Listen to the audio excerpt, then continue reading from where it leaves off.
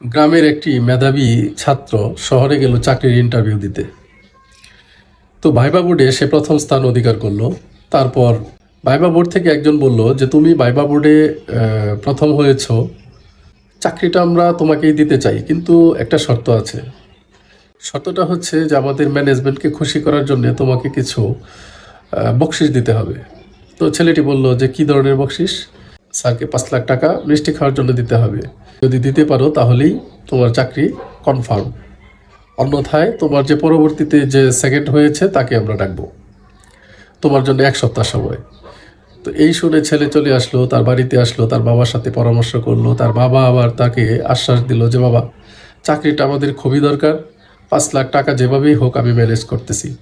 বা জমি বন্ধক দিয়ে ঋণ করে নানানভাবে 5 লক্ষ টাকা জোগাড় করে ছেলের হাতে তুলে দিল। তারপর ছেলে আসলো, সেই ম্যানেজমেন্টের যিনি প্রধান তাকে টাকাটা দিল, দেওয়ার পরে চাকরি হলো। এই টাকা নিয়ে অফিসের বস তিনি বাসায় গেলেন।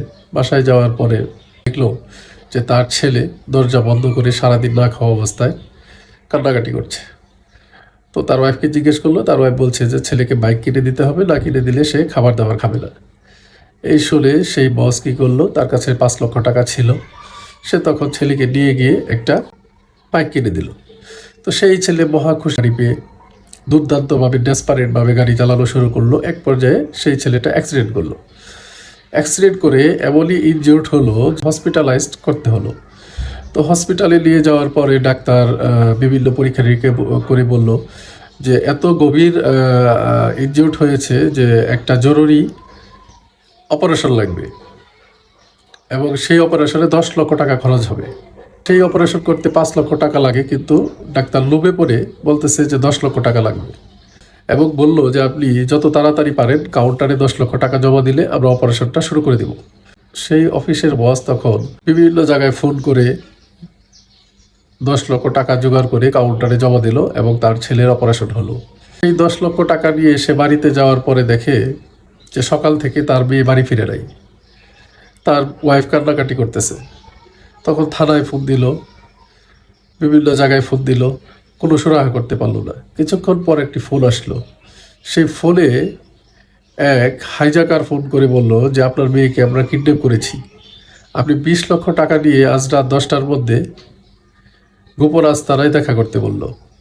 যদি সাথে পুলিশ নিয়ে আসেন তাহলে আপনার মেয়েকে আর জীবিত ফেরত পাবেন না। তখন সেই ডাক্তার বিভিন্ন জায়গায় বিভিন্ন আত্মীয় স্বজনের কাছ থেকে রাতের মধ্যে টাকা ধার করে কর্জা করে 20 লক্ষ টাকা ম্যানেজ করে তার মেয়েকে ছাড়িয়ে নিয়ে আসলো।